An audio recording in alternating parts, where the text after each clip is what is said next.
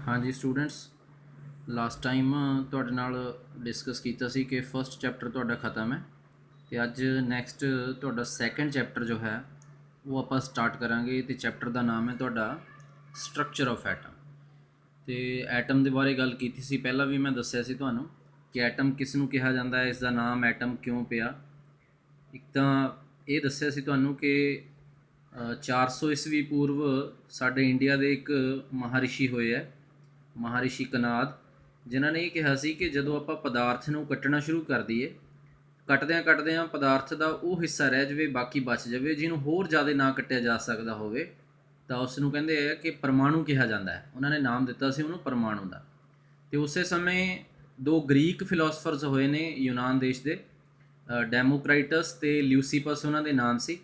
ਉਹਨਾਂ ਨੇ ਕਿਹਾ ਸੀ ਕਿ ਜਦੋਂ ਆਪਾਂ ਮੈਟਰ ਨੂੰ ਕੱਟਣਾ ਸ਼ੁਰੂ ਕਰ ਦਿੰਦੇ, ਉਹਨਾਂ ਨੇ ਮੈਟਰ ਕਹਿਤਾ ਸੀ ਪਦਾਰਥ ਦੀ ਬਜਾਏ ਇੰਗਲਿਸ਼ ਦੇ ਵਿੱਚ, ਕਿ ਜਦੋਂ ਮੈਟਰ ਨੂੰ ਕੱਟਣਾ ਸ਼ੁਰੂ ਕਰ ਦਿੰਦੇ ਆ ਤੇ ਕੱਟਦਿਆਂ ਜਦੋਂ ਇਹੋ ਜਿਹੀ ਸਬਸਟੈਂਸ ਬਚ ਜਾਵੇ ਜਿਹੜੀ ਹੋਰ ਜ਼ਿਆਦਾ ਨਾ ਕੱਟੀ ਜਾ ਸਕਦੀ ਹੋਵੇ, ਤਾਂ ਉਹਨੂੰ ਨਾਮ ਦਿੱਤਾ ਸੀ ਉਹਨਾਂ ਨੇ ਐਟਮ ਦਾ। ਐਟਮ ਜੋ ਵਰਡ ਹੈ ਇਹ ਯੂਨਾਨੀ ਭਾਸ਼ਾ ਦਾ ਇੱਕ ਸ਼ਬਦ ਹੁੰਦਾ ਹੈ ਐਟੋਮੀਓ, ਜਿਸ ਦਾ ਮੀਨਿੰਗ ਹੁੰਦਾ ਅਨਕਟੇਬਲ। ਇਹ ਪਹਿਲਾਂ ਵੀ ਦੱਸਿਆ ਸੀ ਤੁਹਾਨੂੰ ਫਸਟ ਚੈਪਟਰ ਦੇ ਵਿੱਚ। ਸੋ ਅਨਕਟੇਬਲ ਜਿਹਨੂੰ ਹੋਰ ਜ਼ਿਆਦਾ ਨਾ ਕੱਟਿਆ ਜਾ ਸਕਦਾ ਹੋਵੇ, ਤਾਂ ਉੱਥੋਂ ਫਿਰ ਨਾਮ ਪੈ ਗਿਆ ਸੀ ਉਹਦਾ ਐਟਮ। ਤੇ ਬਾਅਦ ਦੇ ਵਿੱਚ ਫਿਰ ਸਾਇੰਟਿਸਟ ਜਿਹੜੇ ਆ ਉਹਨਾਂ ਨੇ ਐਟਮ ਜੋ ਹੈ ਉਸ ਦੀ ਡਿਸਕਵਰੀ ਕਰਨੀ ਸ਼ੁਰੂ ਕੀਤੀ ਕਿ ਦੇਖੀਏ ਤਾਂ ਸਹੀ ਕਿ ਐਟਮ ਹੁੰਦਾ ਕਿਹੋ ਜਿਹਾ ਹੈ, ਕੀ ਚੀਜ਼ਾਂ ਉਹਦੇ ਵਿੱਚ ਹੁੰਦੀਆਂ ਨੇ। ਸੋ ਉਹ ਆਪਾਂ ਇੱਥੇ ਅੱਜ ਡਿਸਕਸ ਕਰਾਂਗੇ ਇਸ ਚੈਪਟਰ ਦੇ ਵਿੱਚ। ਬਹੁਤ ਇੰਪੋਰਟੈਂਟ ਤੁਹਾਡਾ ਚੈਪਟਰ ਹੈ ਇਹ, ਸਾਰਾ ਬੇਸ ਜੋ ਹੈ ਐਟਮ ਦੇ ਬਾਰੇ ਉਹ ਸਾਰਾ ਇਸ ਚੈਪਟਰ ਦੇ ਵਿੱਚ ਦਿੱਤਾ ਹੋਇਆ। ਸੋ ਇਹ ਆਪਾਂ ਡਿਸਕਸ ਕਰਾਂਗੇ। ਲਿਖਿਆ ਹੋਇਆ ਪਹਿਲਾਂ, up to the 19th century the atom was considered to be the smallest particle of matter। 19ਵੀਂ ਸਦੀ ਦੇ ਤੱਕ ਕਹਿੰਦੇ ਇਹ ਚੀਜ਼ ਜੋ ਹੈ ਇਹ ਕੰਸੀਡਰ ਕੀਤੀ ਜਾਂਦੀ ਸੀ ਕਿ ਜਿਹੜਾ ਐਟਮ ਹੈ ਉਹ ਮੈਟਰ ਦਾ ਸਭ ਤੋਂ ਸਮੋਲੈਸਟ ਪਾਰਟੀਕਲ ਹੈ। ਬਟ ਇਨ 20th century ਮੈਨੀ ਸਾਇੰਟਿਸਟ ਡਿਸਕਵਰਡ, ਇੱਥੇ ਇਨ ਲਿਖ ਦੇਣਾ, in 20th century many scientists discovered about the structure of atom, and they proved that the atom is made up of small indivisible subatomic particles that were called electrons, protons and neutrons। ਪਰ 20ਵੀਂ ਸਦੀ ਦੇ ਵਿੱਚ ਕਹਿੰਦੇ ਕਾਫੀ scientist ਹੋਏ ਜਿਨ੍ਹਾਂ ਨੇ atom ਦੀ structure ਦੇ ਬਾਰੇ ਡਿਸਕਸ ਕੀਤਾ, ਪੜ੍ਹਿਆ ਉਹਦੇ ਬਾਰੇ, ਤੇ ਡਿਸਕਵਰੀ ਕਰਨ ਤੋਂ ਬਾਅਦ ਇਹ ਚੀਜ਼ ਉਹਨਾਂ ਨੇ ਪ੍ਰੂਵ ਕੀਤੀ ਕਿ ਐਟਮ ਦੇ ਵਿੱਚ ਹੋਰ ਸਬ ਐਟੋਮਿਕ ਪਾਰਟੀਕਲਸ ਵੀ ਹੁੰਦੇ ਨੇ, ਇਲੈਕਟ੍ਰੋਨਸ, ਪ੍ਰੋਟੋਨਸ ਤੇ ਨਿਊਟਰੋਨਸ, ਜਿਨ੍ਹਾਂ ਦੇ ਬਾਰੇ ਤੁਸੀਂ ਪਹਿਲਾਂ ਵੀ ਮਾਡਰਨ ਐਟੋਮਿਕ ਥਿਊਰੀ ਜੋ ਪੜ੍ਹੀ ਹੈ ਉਹਦੇ ਵਿੱਚ ਤੁਸੀਂ ਡਿਸਕਸ ਕੀਤਾ। ਸੋ ਇੱਥੇ ਫਿਰ ਇਹ ਜੋ ਸਬ ਐਟੋਮਿਕ ਪਾਰਟੀਕਲਸ ਨੇ, ਇਲੈਕਟ੍ਰੋਨ, ਪ੍ਰੋਟੋਨ ਤੇ ਨਿਊਟਰੋਨ, ਇਹਨਾਂ ਦੇ ਬਾਰੇ ਨੈਕਸਟ ਆਪਾਂ ਡਿਸਕਸ ਕਰਾਂਗੇ। ਸੋ ਇਹਦੇ ਵਿੱਚ ਸਭ ਤੋਂ ਪਹਿਲੇ ਨੰਬਰ 'ਤੇ ਸਾਡੇ ਕੋਲ ਡਿਸਕਵਰੀ ਆਫ ਇਲੈਕਟ੍ਰੋਨ, ਕਿ ਇਲੈਕਟ੍ਰੋਨ ਦੀ ਡਿਸਕਵਰੀ ਕਿਵੇਂ ਕੀਤੀ ਗਈ, ਕਿਹਨੇ ਕੀਤੀ, ਤੇ ਇਲੈਕਟ੍ਰੋਨ ਦੇ ਵਿੱਚ ਕੀ ਚੀਜ਼ਾਂ ਜੋ ਹੈ ਉਹ ਕਿਵੇਂ ਮੌਜੂਦ ਸੀ, ਕਿੱਥੇ ਸੀ ਇਲੈਕਟ੍ਰੋਨ, ਇਹ ਦੇਖਿਆ ਗਿਆ। ਸੋ ਲਿਖਿਆ ਹੋਇਆ ਇਹਦੇ 'ਚ, at the end of 19th century a great scientist J.J. Thomson discovered the electron by passing the electricity through gases at very low pressure। ਕਹਿੰਦੇ 19ਵੀਂ ਸਦੀ ਦੇ ਅੰਤ ਦੇ ਵਿੱਚ ਇੱਕ ਸਾਇੰਟਿਸਟ ਹੋਇਆ J.J. ਥੌਮਸਨ। ਇਹ J.J. ਥੌਮਸਨ ਸਭ ਤੋਂ ਪਹਿਲਾ ਸਾਇੰਟਿਸਟ ਸੀ ਜਿਹਨੇ ਇਲੈਕਟ੍ਰੋਨ ਦੀ ਡਿਸਕਵਰੀ ਕੀਤੀ। ਤੇ ਕਿੱਥੋਂ ਉਹਨੂੰ ਇਲੈਕਟ੍ਰੋਨ ਦੀ ਡਿਸਕਵਰੀ ਕਰਨ ਦੇ ਬਾਰੇ ਉਹਦੇ ਦਿਮਾਗ 'ਚ ਆਈ ਗੱਲ, ਇਹਦੇ ਬਾਰੇ ਵੀ ਪਹਿਲਾਂ ਤੁਹਾਨੂੰ ਦੱਸ ਦੇਣਾ। ਇੱਕ ਸਾਇੰਟਿਸਟ ਹੋਇਆ ਫੈਰਾਡੇ, ਮਾਈਕਲ ਫੈਰਾਡੇ ਉਹਦਾ ਨਾਮ ਸੀ।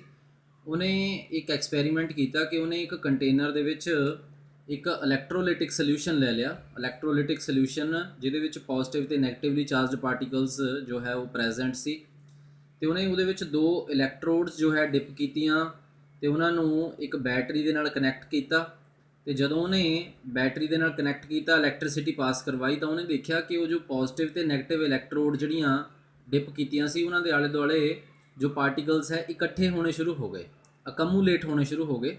ਉਹਨੇ ਦੇਖਿਆ ਕਿ ਜੋ ਪੋਜ਼ਿਟਿਵਲੀ ਚਾਰਜਡ ਇਲੈਕਟ੍ਰੋਡ ਡਿਪ ਕੀਤੀ ਗਈ ਸੀ ਉਹਦੇ ਨੇੜੇ ਤੇੜੇ ਨੈਗੇਟਿਵਲੀ ਚਾਰਜਡ ਜੋ ਪਾਰਟੀਕਲਸ ਹੈ ਉਹ ਇਕੱਠੇ ਹੋ ਗਏ, ਤੇ ਜਿਹੜੀ ਨੈਗੇਟਿਵਲੀ ਚਾਰਜਡ ਇਲੈਕਟ੍ਰੋਡ ਸੀ ਉਹਦੇ ਆਲੇ ਦੁਆਲੇ ਪੋਜ਼ਿਟਿਵਲੀ ਚਾਰਜਡ ਪਾਰਟੀਕਲਸ ਜੋ ਹੈ ਉਹ ਇਕੱਠੇ ਹੋ ਗਏ।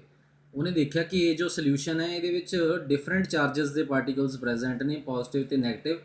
ਤਾਂ ਉਹਨੇ ਦੇਖਿਆ ਕਿ ਇਹ ਜੋ ਸੋਲਿਊਸ਼ਨ ਹੈ, ਜੇਕਰ ਇਹਦੇ ਵਿੱਚ ਪੋਜ਼ਿਟਿਵ ਤੇ ਨੈਗੇਟਿਵ ਚਾਰਜ ਹੈ ਤਾਂ ਇਟ ਮੀਨਸ ਹੋਰ ਬਾਕੀ ਚੀਜ਼ਾਂ ਵੀ ਇਹੋ ਜਿਹੀਆਂ ਨੇ ਜਿਨ੍ਹਾਂ ਦੇ ਵਿੱਚ ਪੋਜ਼ਿਟਿਵ ਤੇ ਨੈਗੇਟਿਵ ਚਾਰਜ ਜ਼ਰੂਰ ਹੋਵੇਗਾ। ਤਾਂ ਫਿਰ ਉੱਥੋਂ ਉਹ ਨੈਗੇਟਿਵ ਚਾਰਜ ਜੋ ਹੈ ਉਹਦੇ ਬਾਰੇ ਉਹਨੇ ਡਿਸਕਵਰ ਕਰਨਾ ਸ਼ੁਰੂ ਕੀਤਾ ਕਿ ਨੈਗੇਟਿਵ ਚਾਰਜ ਜੋ ਹੈ ਉਹਨੂੰ ਨਾਮ ਦਿੱਤਾ ਗਿਆ ਸੀ ਬਾਅਦ 'ਚ ਇਲੈਕਟ੍ਰੋਨ ਦਾ, ਕਿ ਇਲੈਕਟ੍ਰੋਨਸ ਦੇ ਵਿੱਚ ਨੈਗੇਟਿਵ ਚਾਰਜ ਹੁੰਦਾ ਹੈ ਅਤੇ ਪੋਜ਼ੀਟਿਵ ਚਾਰਜ ਜੋ ਹੈ ਪ੍ਰੋਟੋਨਸ ਦੇ ਵਿੱਚ ਹੁੰਦਾ ਹੈ। ਤਾਂ ਉੱਥੋਂ ਫਿਰ ਉਹਦੇ ਦਿਮਾਗ ਦੇ ਵਿੱਚ ਕਲੂ ਆਇਆ ਕਿ ਹੁਣ ਮੈਂ ਇਹ ਜੋ ਚਾਰਜ ਹੈ ਪੋਜ਼ੀਟਿਵ ਅਤੇ ਨੈਗੇਟਿਵ, ਇਹਦੇ ਬਾਰੇ ਮੈਂ ਇੱਥੇ ਡਿਸਕਵਰ ਕਰਾਂ। ਤਾਂ ਫਿਰ ਉਹਨੇ ਸਭ ਤੋਂ ਪਹਿਲਾਂ ਇਲੈਕਟ੍ਰੋਨ ਦੀ ਡਿਸਕਵਰੀ ਜੋ ਹੈ ਉਹ ਸਟਾਰਟ ਕੀਤੀ ਸੀ। ਉਹਨੇ ਕੀ ਕੀਤਾ ਕਿ ਇੱਕ ਕੰਟੇਨਰ ਦੇ ਵਿੱਚ ਗੈਸਿਸ ਲੈ ਲਈਆਂ, ਬਹੁਤ ਘੱਟ ਪ੍ਰੈਸ਼ਰ ਦੇ ਉੱਤੇ ਉਹਨਾਂ ਦੇ ਵਿੱਚੋਂ ਇਲੈਕਟ੍ਰਿਕ ਕਰੰਟ ਪਾਸ ਕਰਵਾਇਆ। ਫਿਰ ਉਹਨੇ ਇੱਥੇ ਇਲੈਕਟ੍ਰੋਨ ਦੀ ਡਿਸਕਵਰੀ ਕੀਤੀ ਸੀ। And this experiment was known as discharge tube experiment. ਅਤੇ ਉਹਨੇ ਜੋ ਫਿਰ ਇਹ ਇਲੈਕਟ੍ਰੋਨ ਦੀ ਡਿਸਕਵਰੀ ਦੇ ਲਈ ਇੱਥੇ ਐਕਸਪੈਰੀਮੈਂਟ ਕੀਤਾ ਸੀ, ਉਸ ਐਕਸਪੈਰੀਮੈਂਟ ਨੂੰ ਨਾਮ ਦਿੱਤਾ ਉਹਨੇ ਡਿਸਚਾਰਜ ਟਿਊਬ ਐਕਸਪੈਰੀਮੈਂਟ ਦਾ। ਅਤੇ ਇਹੀ ਇੱਥੇ ਡਿਸਚਾਰਜ ਟਿਊਬ ਐਕਸਪੈਰੀਮੈਂਟ ਜੋ ਹੈ ਆਪਾਂ ਡਿਸਕਸ ਕਰਾਂਗੇ। ਡਿਸਚਾਰਜ ਟਿਊਬ ਐਕਸਪੈਰੀਮੈਂਟ, ਇਹਦੇ 'ਚ ਕਿਵੇਂ ਇਹ ਐਕਸਪੈਰੀਮੈਂਟ ਕੀਤਾ ਜਾਂਦਾ ਹੈ ਆ ਦੱਸ ਦਿਨਾਂ ਪਹਿਲਾਂ ਤੁਹਾਨੂੰ ਇਹ ਡਾਇਗਰਾਮ ਬਣੀ ਹੋਈ ਹੈ ਕਿ ਇੱਕ ਉਹਨੇ ਇੱਕ ਡਿਸਚਾਰਜ ਟਿਊਬ ਲੈ ਲਈ, 50 ਸੈਂਟੀਮੀਟਰ ਲੰਬੀ ਸੀ। ਆ ਦੋਨੋਂ ਸਿਰਿਆਂ ਤੋਂ ਇਹ ਬੰਦ ਹੈ ਕੀਤੀ ਹੋਈ, ਬੁੱਕ 'ਚ ਵੀ ਦੇਖ ਲੈਣਾ ਤੁਹਾਡੇ ਡਾਇਗਰਾਮ ਬਣੀ ਹੋਈ ਹੈ। ਇੱਧਰ ਉਹਨੇ ਇੱਕ ਇਲੈਕਟ੍ਰੋਡ ਲਗਾ ਦਿੱਤੀ, ਦੂਜੀ ਇਲੈਕਟ੍ਰੋਡ ਲਗਾਈ ਹੋਈ ਹੈ। ਇਹ ਜੋ ਇਲੈਕਟ੍ਰੋਡ ਹੈ ਇਸ ਦੇ ਉੱਤੇ ਨੈਗੇਟਿਵ ਚਾਰਜ, ਇਹਨੂੰ ਕੈਥੋਡ ਦਾ ਨਾਮ। ਇਹ ਇਲੈਕਟ੍ਰੋਡ ਦੇ ਉੱਤੇ ਪੋਜ਼ੀਟਿਵ ਚਾਰਜ, ਇਹਨੂੰ ਐਨੋਡ ਦਾ ਨਾਮ ਦਿੱਤਾ ਉਹਨੇ। ਇਹ ਜੋ ਇਲੈਕਟ੍ਰੋਡ ਸੀ ਇਹਨੂੰ ਬੈਟਰੀ ਦੇ ਨੈਗੇਟਿਵ ਟਰਮੀਨਲ ਦੇ ਨਾਲ ਅਟੈਚ ਕੀਤਾ। ਇਹ ਜੋ ਇਲੈਕਟ੍ਰੋਡ ਸੀ ਇਹਨੂੰ ਬੈਟਰੀ ਦੇ ਪੋਜ਼ਿਟਿਵ ਟਰਮੀਨਲ ਦੇ ਨਾਲ ਅਟੈਚ ਕੀਤਾ। ਅਤੇ ਇਹਦੇ ਵਿੱਚ ਉਹਨੇ ਕੋਈ ਵੀ ਗੈਸ ਫਿਲ ਕਰ ਦਿੱਤੀ, ਕੋਈ ਵੀ ਗੈਸ, ਚਾਹੇ ਹਾਈਡਰੋਜਨ ਹੋਵੇ ਜਾਂ ਹੀਲੀਅਮ, ਕੋਈ ਵੀ ਗੈਸ ਜੋ ਹੈ ਉਹਨੇ ਇਹਦੇ ਵਿੱਚ ਫਿਲ ਕਰ ਦਿੱਤੀ। ਅਤੇ ਇੱਥੇ ਇੱਕ ਸਾਈਡ 'ਤੇ ਵੈਕਿਊਮ ਪੰਪ ਲਗਾਇਆ ਹੋਇਆ। ਵੈਕਿਊਮ ਪੰਪ ਇਸ ਕਰਕੇ ਸੀ ਕਿਉਂਕਿ ਨੋਰਮਲ ਜੋ ਪ੍ਰੈਸ਼ਰ ਹੈ, ਜਿੰਨਾ 1 ਐਟਮੋਸਫੈਰਿਕ ਪ੍ਰੈਸ਼ਰ ਜੋ ਨੋਰਮਲ ਹੁੰਦਾ, ਉਨੇ ਪ੍ਰੈਸ਼ਰ 'ਤੇ ਪਹਿਲਾਂ ਉਹਨੇ ਗੈਸ ਫਿਲ ਕੀਤੀ ਸੀ ਇਹਦੇ 'ਚ। ਅਤੇ ਉਨੇ ਪ੍ਰੈਸ਼ਰ ਦੇ ਉੱਤੇ ਜਿਹੜੀਆਂ ਗੈਸਿਸ ਨੇ ਉਹ ਇਲੈਕਟ੍ਰੀਸਿਟੀ ਦੀਆਂ ਬੈਡ ਕੰਡਕਟਰ ਹੁੰਦੀਆਂ। ਹੁਣ ਆਪਾਂ ਨੋਰਮਲ 'ਚ ਦੇਖਦੇ ਹਾਂ ਸਾਡੇ ਐਟਮੋਸਫੇਅਰ ਦੇ ਵਿੱਚ ਗੈਸਿਸ ਨੇ, ਆਕਸੀਜਨ ਹੈ, ਨਾਈਟ੍ਰੋਜਨ ਹੈ, ਹੋਰ ਵੀ ਜੋ ਗੈਸਿਸ ਹੈ, ਕਾਰਬਨ ਡਾਈਆਕਸਾਈਡ ਵਗੈਰਾ। ਹੁਣ ਨੋਰਮਲ ਕੰਡੀਸ਼ਨ ਦੇ ਉੱਤੇ ਤਾਂ ਆਪਾਂ ਦੇਖਦੇ ਹਾਂ ਕਿ ਗੈਸਿਸ ਜਿਹੜੀਆਂ ਨੇ ਇਹਨਾਂ ਦੇ ਵਿੱਚੋਂ ਕਰੰਟ ਤਾਂ ਨਹੀਂ ਪਾਸ ਹੋ ਰਿਹਾ। ਕਿ ਜੇ ਕਮਰੇ ਦੇ ਵਿੱਚ ਆਪਾਂ ਕੋਈ ਵਾਇਰ ਜੋ ਹੈ ਉਹ ਇਸ ਤਰ੍ਹਾਂ ਪਲੱਗ ਦੇ ਵਿੱਚ ਲਗਾ ਕੇ ਰੱਖ ਦਿੱਤੀ, ਸਵਿਚ ਔਨ ਕਰ ਦਿੱਤਾ, ਤਾਂ ਇਹ ਤਾਂ ਹੈ ਨਹੀਂ ਕਿ ਜੋ ਵਾਇਰ ਹੈ ਉਹਦੇ ਨਾਲ ਗੈਸਿਸ ਜੋ ਨੇ ਉਹਨਾਂ ਨੇ ਇਲੈਕਟ੍ਰੀਸਿਟੀ ਕੰਡਕਟ ਕਰਨੀ ਸ਼ੁਰੂ ਕਰ ਦਿੱਤੀ ਕਿ ਗੈਸ ਜਿਹਨੂੰ ਵੀ ਟੱਚ ਕਰਦੀ ਹੈ ਕਿ ਸ਼ਾਇਦ ਉਹਨੂੰ ਕਰੰਟ ਲੱਗਣਾ ਸ਼ੁਰੂ ਹੋ ਗਿਆ। ਇਸ ਤਰ੍ਹਾਂ ਤਾਂ ਨਹੀਂ ਹੁੰਦਾ। ਸੋ ਨੋਰਮਲ ਪ੍ਰੈਸ਼ਰ ਦੇ ਉੱਤੇ ਗੈਸਿਸ ਜਿਹੜੀਆਂ ਨੇ ਉਹ ਇਲੈਕਟ੍ਰੀਸਿਟੀ ਦੀਆਂ ਬੈਡ ਕੰਡਕਟਰ ਹੁੰਦੀਆਂ ਨੇ। ਸੋ ਇੱਥੇ ਇੱਕ ਵੈਕਿਊਮ ਪੰਪ ਲਗਾਇਆ ਹੋਇਆ ਇਹਦੇ ਵਿੱਚ, ਤਾਂ ਜੋ ਫਿਰ ਜੋ ਪ੍ਰੈਸ਼ਰ ਹੈ ਉਹਨੂੰ ਰਿਡਿਊਸ ਕੀਤਾ ਜਾ ਸਕੇ 10⁻⁻² ਐਟਮੋਸਫੈਰਿਕ ਤੱਕ। ਇਸ ਪ੍ਰੈਸ਼ਰ 'ਤੇ ਜਾ ਕੇ ਜਿਹੜੀਆਂ ਗੈਸਿਸ ਨੇ ਉਹ ਇਲੈਕਟ੍ਰੀਸਿਟੀ ਦੀਆਂ ਗੁੱਡ ਕੰਡਕਟਰ ਹੁੰਦੀਆਂ ਨੇ।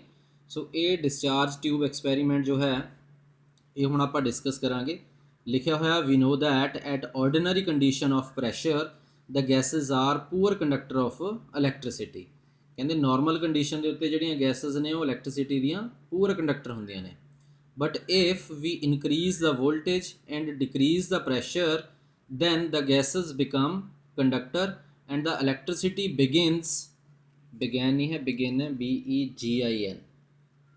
begins to flow in them in the form of rays। begin ਹੁੰਦਾ ਸਟਾਰਟ ਹੁੰਦਾ।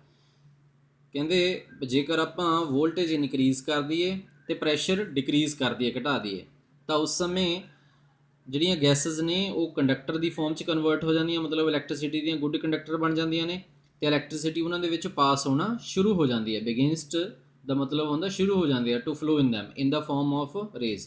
ਇਲੈਕਟ੍ਰੀਸਿਟੀ ਫਿਰ ਉਹਨਾਂ ਦੇ ਵਿੱਚ ਕਿਰਨਾਂ ਦੀ ਫਾਰਮ ਦੇ ਵਿੱਚ ਜੋ ਹੈ ਉਹ ਫਲੋ ਹੋਣਾ ਸ਼ੁਰੂ ਹੋ ਜਾਂਦੀ ਹੈ। ਸੋ ਅੱਜ ਇਹ ਸਟਾਰਟ ਹੀ ਕੀਤਾ ਤੁਹਾਡਾ ਹਜੇ ਡਿਸਚਾਰਜ ਟਿਊਬ ਐਕਸਪੈਰੀਮੈਂਟ, ਹੋਰ ਵੀ ਹੈ ਇਸ ਤੋਂ ਬਾਅਦ। ਅੱਜ ਇੰਨਾ ਹੀ ਟੌਪਿਕ ਕਰਾਂਗੇ ਆਪਾਂ। ਨੈਕਸਟ ਟੌਪਿਕ ਜੋ ਹੈ ਤੁਹਾਡਾ ਉਹ ਨੈਕਸਟ ਵੀਡੀਓ ਦੇ ਵਿੱਚ ਆਪਾਂ ਡਿਸਕਸ ਕਰਾਂਗੇ। Thank you.